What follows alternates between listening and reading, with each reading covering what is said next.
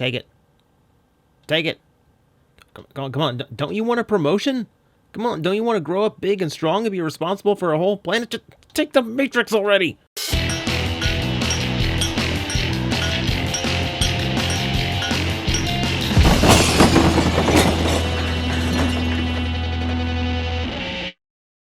Ever since the G1 cartoon, we fans have known that before there was Optimus Prime, there was a young Autobot upstart named Orion Pax. But in spite of existing for so long, it took a long time before we ever got any kind of toy representation for him. But the Generations line is all about giving you the things that you never got otherwise, especially in this particular period of time. So let me introduce you to Generations Orion Pax. Now, first off, yeah, it's not going to look anything like the G1. Just so you know, this is actually very strong to the IDW side of things, so it's mostly going to be for your comic book fans out there, but at the very least, I like the idea.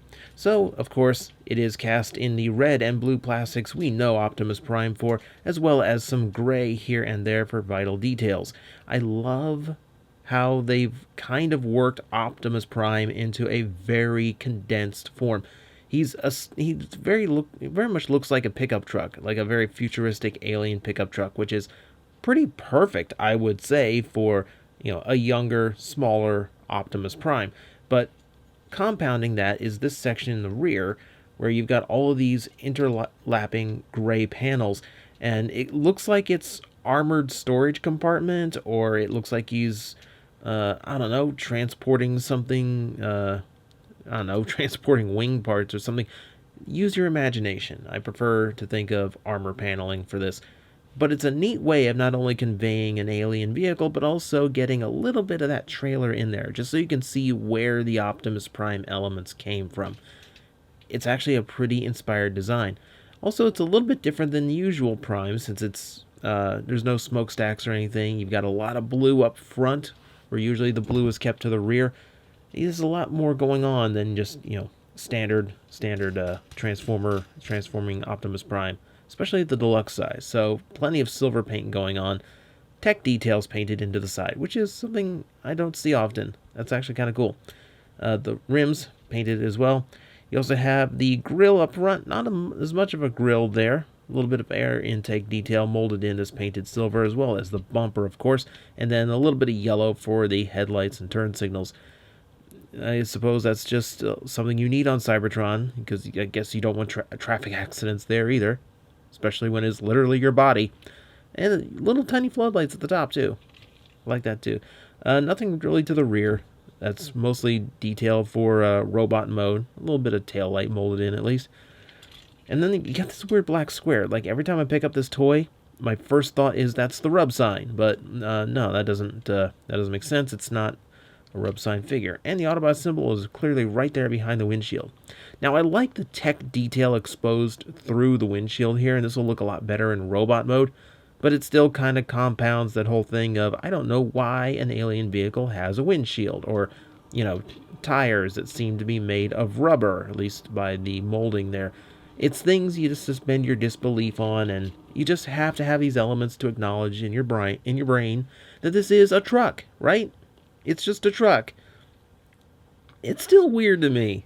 An alien doesn't need windshields, especially when there's no room for, like, the excuse is always, well, maybe a mini-con rides inside. Where? It's nothing but tech. It's got a giant engine inside of him.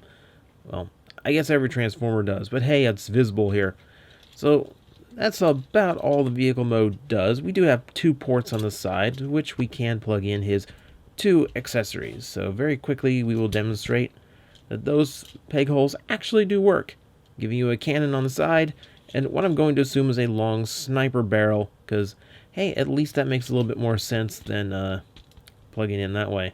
And that doesn't even fit in. So, hey, this is the way it works.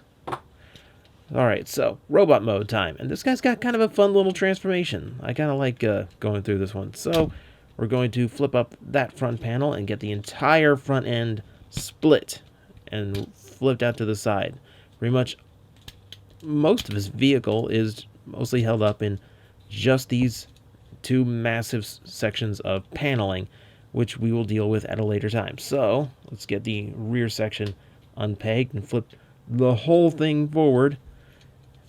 And from here on, it's a little bit more standard. So I'm going to go ahead and flip out the feet like so. All this comes up, folds down to create the legs. We're going to give those, just to make sure that's all in its proper place. Rotating the feet around to the front. There we go. And the lower half already done. So, swinging the upper half around, I'm going to go ahead and get these shoulder components out and into their proper location. We're going to have to hinge those... hang on. We're going to have to hinge these to the back, so we got to get these out of the way. Do that by using them up. There we go. Back to the rear. And now there's a double hinge here that we're going to have to slide forward in order to lock it into place and get the robot mode torso where we need it. There we go. I hear the nice snaps indicating where everything is. Go ahead and flip up the panel where the head is located. So with that, go ahead and flip out the forearm with little tabs to spare your poor fingernails of having to extract those manually. Rotate the forearms to the front like so. And that's going to finish off your robot mode. Now, you got some let's double hinge some things out here. You're going to see these little tabs and little slots. Make sure those are connected in. There we go. Now we're all done. So that gives us our robot mode. And more so than the truck, now we can definitely see the Optimus Prime going on here, as well as why the front of his truck ended up being blue, because all of it went down to his legs. It's actually a pretty neat transformation. There's a lot going on for such a little guy, and this was kind of early on in there. We have to make him all smaller because of budget thing, which makes him a little bit more impressive than just your standard old Transformer. So let's go ahead and do what we always do, and this is where because it's supposed to be a young Optimus, the head is a little bit interesting. You can definitely see where the start of it is. The beginnings of what will be those big ear horns of his. You can see no mouth plate yet. He has not quite earned that distinction. That, of course, in the comic book where you actually see this design. I believe this is back when they were packing in comics that might have actually included that exact story, which was actually a kind of nice detail. This actually lets you explain where this actually came from. And since it's close up now, I'll tell you, this is where that tech detail in the chest really looks cool. It helps that the underside is also exposed a little bit and continues the translucent element, so it's not just the windshield from robot mode. There's some new sectioning to it to make it look more like a robotic chest. That works out really well. So proportionally looks absolutely fantastic. He does look like he looks powerful, but his thin proportions actually does lend itself to the idea of he still has some growing to do. He's not quite the leader of the Autobots just yet, but a lot of the necessary details are there. The color placement, of course, is spot on to the G1 element, G1 design, right down to the blue hands, and right down to paint details. For instance, the arrows pointing down on the forearms, that's straight out of the cartoon, as well as the yellow painted on the pelvis. Lots of little things to remind you of who this guy is or who he is going to be. Now remember, not the G1 design, so of course he doesn't have as much of an alien or rounded look to him, and he definitely has a lot more Optimus Prime in his natural appearance, which is probably for the masses a more acceptable design. I will give it that. I still really would have thought it. I think it still would have been cool to see them try to make an actual toy out of that original design, but alas, probably never happening now. There's not a whole lot to complain about on this toy. He's actually quite clean. A lot of his parts get tucked away very nicely, aside from a couple wheels sticking up to the back. No real backpack, and yeah, he's got his rear shields. But hey, you can use them as arm shields here too if you want to burn your imagination a little bit, so that's not too bad. The only real complaint I could have is this panel. A lot of people have issues with panels behind the Transformers' heads. I don't terribly mind it so much. What bugs me here is if you look on the back of his head, he actually has a translucent section for possible light piping, and then the engineering makes that absolutely impossible. Now, they did paint the eyes over in blue, and you know me by now, I prefer painted eyes to translucent glow effects that rarely ever work right. But this is still really, really annoying how it was planned in two different ways, and it seemed like whoever was designing it wasn't quite thinking of how this toy was going to come together. So, that's a really awkward thing. Let's look at some articulation, shall we? Alright, so let's see what we got going on in the head. Full ball joint, so full rotation and a little bit of up and down. Always like to see that. Shoulders, swivel and hinge. That's universal movement. Love to see that as well. Full bicep rotation, 90 degrees at the elbow. Works fine. Waist joint, perfect. Thighs, full ball joint. Nothing really restricting. Great. Thigh swivels there.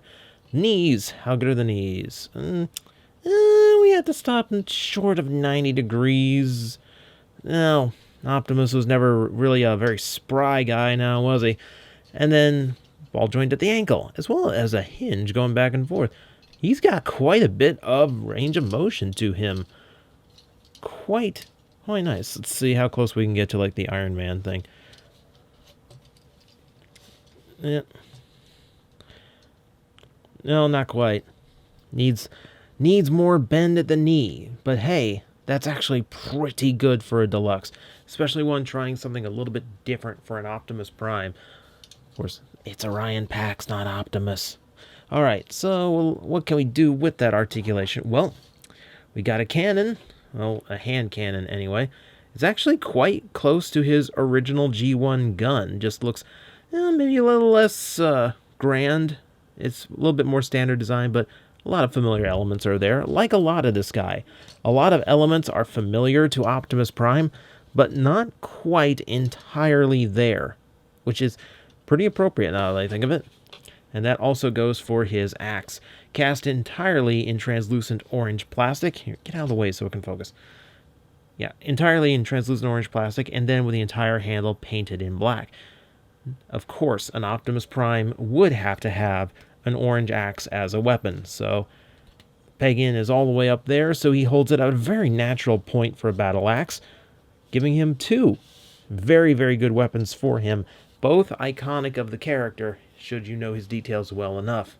And that, my friends, is Generation's Orion Pax. This is a fantastic little figure. There's very, very few drawbacks to him. Even if you just see him as a deluxe or young Optimus Prime, he still stands as a pretty good toy all on his own, even without that stigma attached. This is another one of those figures, and oh, wait, hang on. Wrist rotation. I'm positive someone in the comments has already pointed that out. But hey, I noticed it before I closed the camera, and that's important. So yeah, this is another one of those molds that no one ever thought to reuse. Well, the club reused it for a few, like Nova Prime and things like that. And then, I don't know if I can't remember if Takara did one of their own. But this is definitely a mold that should have been used more than once. More people needed the chance to experience this toy. And it's got such good options. This would have made such a cool cup. You could have made Dion. You could have done a lot of things with this. So it's really unfortunate that it's just left as what I think a lot of people would see as just a gimmicky Optimus Prime when it really deserves more attention than that.